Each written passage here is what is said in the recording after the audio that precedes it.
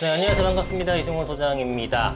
자, 9월 3일자 재건축 재개발 촉진 특례법 제정안과 도시정비법 개정안이 발의돼서 이 내용을 잠깐 살펴보도록 하겠습니다. 자, 공급이 워낙에 부족하니까 재개발, 재건축밖에 방법이 없는 서울에서는 촉진하기 위해서 특례법까지 제정한 그런 모습입니다. 내용은 사실은 여러분들 관심 있었던 분들은 좀 익숙할 수 있는데 한번 전반적으로 살펴보도록 하겠습니다. 자, 지금 특례법 제정안이 나온 거고요. 물론 이거는 제정안이 나온 거기 때문에 국회 통과 여부가 불투명하죠. 그래서 그 부분은 감안하고 보시면 될 것 같습니다. 자, 일단 복잡한 절차에 통합 간소화하겠다. 이거는 사실 이번에만 나온 얘기가 아니라 계속적으로 나왔었죠. 예를 들어 사업시행 인가라든가 관리처분 인가를 같이 한다거나 기본계획서부터 안전진단 같은 거 같이 한다거나 이런 내용들이 있는데 그걸 좀 더 이제 법제화하겠다 그런 내용들인 거고요. 사업 불확실성 해소, 예를 들면은 조합 임원이 해임되는 경우가 심심치 않게 있는데 이렇게 되면은 자리가 공석이 되니까 그 기간 동안에는 아무래도 잘 진행이 안 될 거 아니겠습니까? 이런 경우에는 전문 조합 관리인을 선임해서 그 공석 기간 동안에 원활하게 돌아갈 수 있도록 해주겠다라는 겁니다. 물론 이런 전문 조합 관리인은 이러한 조합 전반에 대해서 잘 알고 있는 변호사나 회계사나 기술사 등 전문가들이 오겠죠. 그리고 새롭게 조합 집행부가 다시 구성되게 되면은 교체를 하는 이런 형태가 된다라는 겁니다. 자, 이 얘기도 많이 남았는데 공세비 증액에 대한 분쟁이 많다 보니까 공공관리인 제도 이런 통해서 분쟁 조동장 파견해서 신속하게 해결하도록 하겠다 그런 내용들로 갖고 있습니다. 그리고 인허가 법정 처리 기한도 철저하게 관리하겠다. 이거는 빚 좋은 개살구 같은 얘기니까 넘어가도록 하고요. 사업 지원 등 규제 완화입니다. 요거는 이제 사업성에 직결되는 거니까 한번 보게 되면 88 대책에 나왔었던 건데 역세권은 법정 상한의 1.3배까지 예를 들어 300% 용적률인 것들은 390%까지 갈 수 있다는 얘기죠.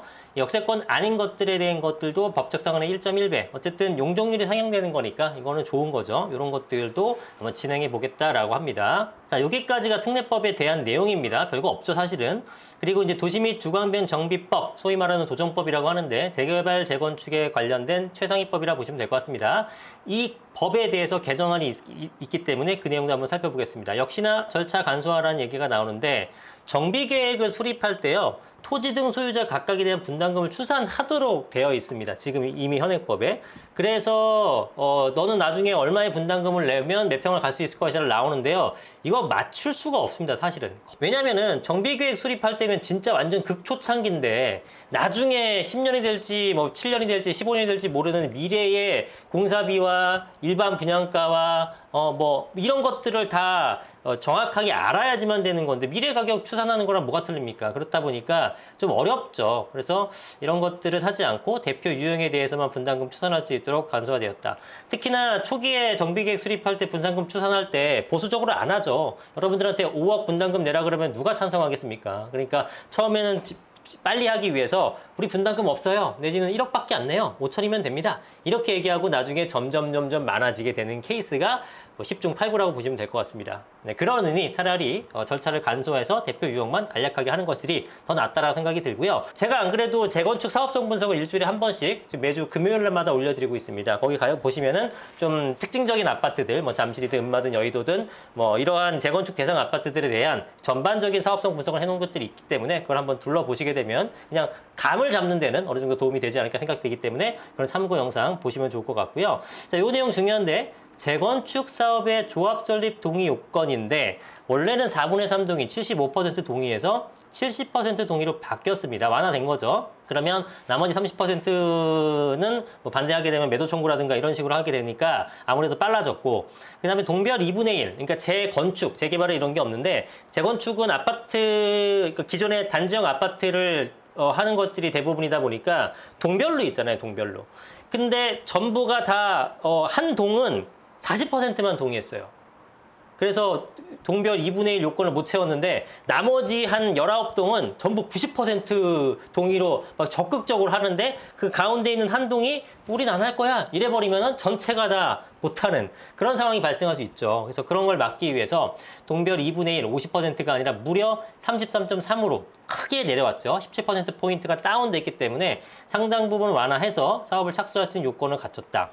또 하나는 이제 3분의 1로 완화된 것 중에 우리 재건축 상가 같은 거 있지 않습니까? 이것도 소위 지분 쪼개기로 굉장히 조그만 상가를 하고 나서 우리 동별 2분의 1 상가는 전체 동을 하나로 봅니다. 여러 가지 별동이 있어서 있어도 다 합쳐서 한동으로 보는데, 야, 우리가 쪼개놓은 게 많기 때문에 소유자가 많아져서 우리가 반대하게 되면은 니네 재건축 못해. 그러니까 우리한테 아파트 하나씩 줘. 이렇게 협상력을 발휘할 수 있는 거죠. 그런 걸 막기 위해서라도 지금 3분의 1, 이제 쪼갠 거 말고 기존의 상가만으로도 3분의 1 모을 수 있으면 니네 뭐 재척시키거나 이럴 수 있다. 뭐 이런 용도로 쓰일 수도 있겠죠. 그래서 이런 것들은 재건축 사업이 활성화될 수 있게끔 상당히 많은 도움을 주는 절차 간소화라고 볼 수 있을 것 같습니다. 자, 그 다음에 사업시행계획 인가 이후 120일의 기간 내에 조합원에게 분양 공고하도록 한 것도 90일로 단축.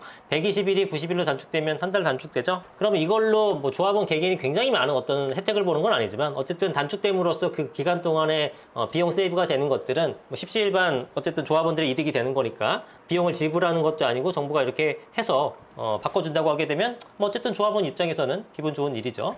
그 다음에 주상복합으로 재건축 사업하는 경우에는 오피스텔, 그러니까 아파트 외에는 오피스텔만 건설할 수 있도록 돼 있습니다. 그래서 아파트와 오피스텔 일부 이런 것도 많이 보셨을 텐데 이제 이거는 조금 더 유연하게 업무, 문화시설 등 다양한 시설을 설치할 수 있도록 규정화되었습니다. 규정화될 예정입니다. 그래서 오피스텔만 건설하는 것보다는 뭐 업무 문화시설이 있으면은 아무래도 전반적인 어떤 그 아파트의 가치 상승이나 아니면 입주하고 나서의 실질적인 주거 편의성도 올라가게 되겠죠. 그러니까 이런 것들은 조합원들이 좋아할 만한 요소들이기 때문에 규제 완화해줬다 이런 내용을 얘기를 하고 있습니다. 자, 그리고 재개발 사업 80% 이상, 그 다음에 재건축 사업은 60% 이상을요 85제곱미터 이하, 소위 33평 이하로만 지어야 됩니다. 예, 그런데 이것도 일정 비율 범위 내에서 조금 더 유연하게 해주겠다 이런 얘기를 하는 겁니다. 왜냐면은 우리는 좀 큰 평형수를 좀 원하는데 큰 평형은 20%밖에 없는 거예요. 나머지 법적으로 재개발 사업 80% 이상은 국민규모 평형 이하로만 지어야 되니까 좀 답답하죠. 우리는 조금 고급하다든지 대형 평수를, 중대형 평수를 많이 넣고 싶은데 그걸 못 하는 거잖아요. 그죠? 그래서 그러면 안 해. 이렇게 될 수도 있으니까 조금 더 유연하게 니네가 하고 싶은 대로 해. 이렇게 되는 거죠. 자, 그래서 재건축 재개발 특례법 제정안과 도정법 개정안이 통과되면 사업시간이 크게 단축될 것이다.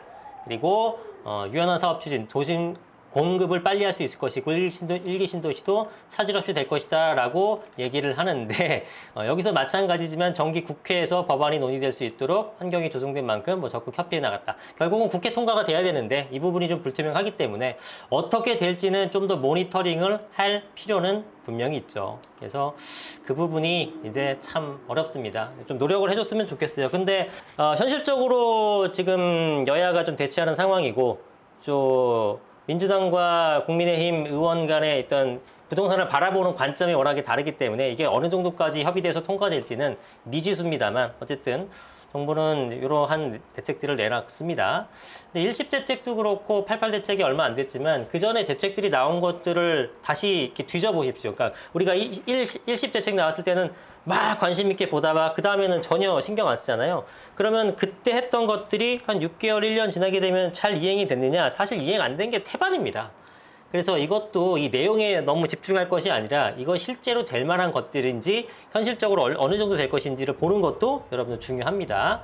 그래서 주요 내용 같은 거 쭉 나와 있는데 방금 제가 설명했던 내용 범주 내에 들어가는 거니까 궁금하신 분들은 국토교통부 보도자료 들어가셔서 뭐뭐 한번 보시면 될 것 같아요. 자, 그래서 재개발 재건축은 빨리 활성화시켜서 공급을 늘려야지만 집값 안정에도 궁극적으로 도움이 된다. 제가 수차례 말씀을 드렸기 때문에 대승적인 차원에서 국회가 빠른 결단과 행동력을 보여주셨으면 하는 바람이네요. 오늘 영상 여기까지 하겠습니다. 구독과 좋아요 많이 눌러주시고 더 좋은 영상으로 찾아뵙겠습니다. 감사합니다. 이승훈 소장입니다.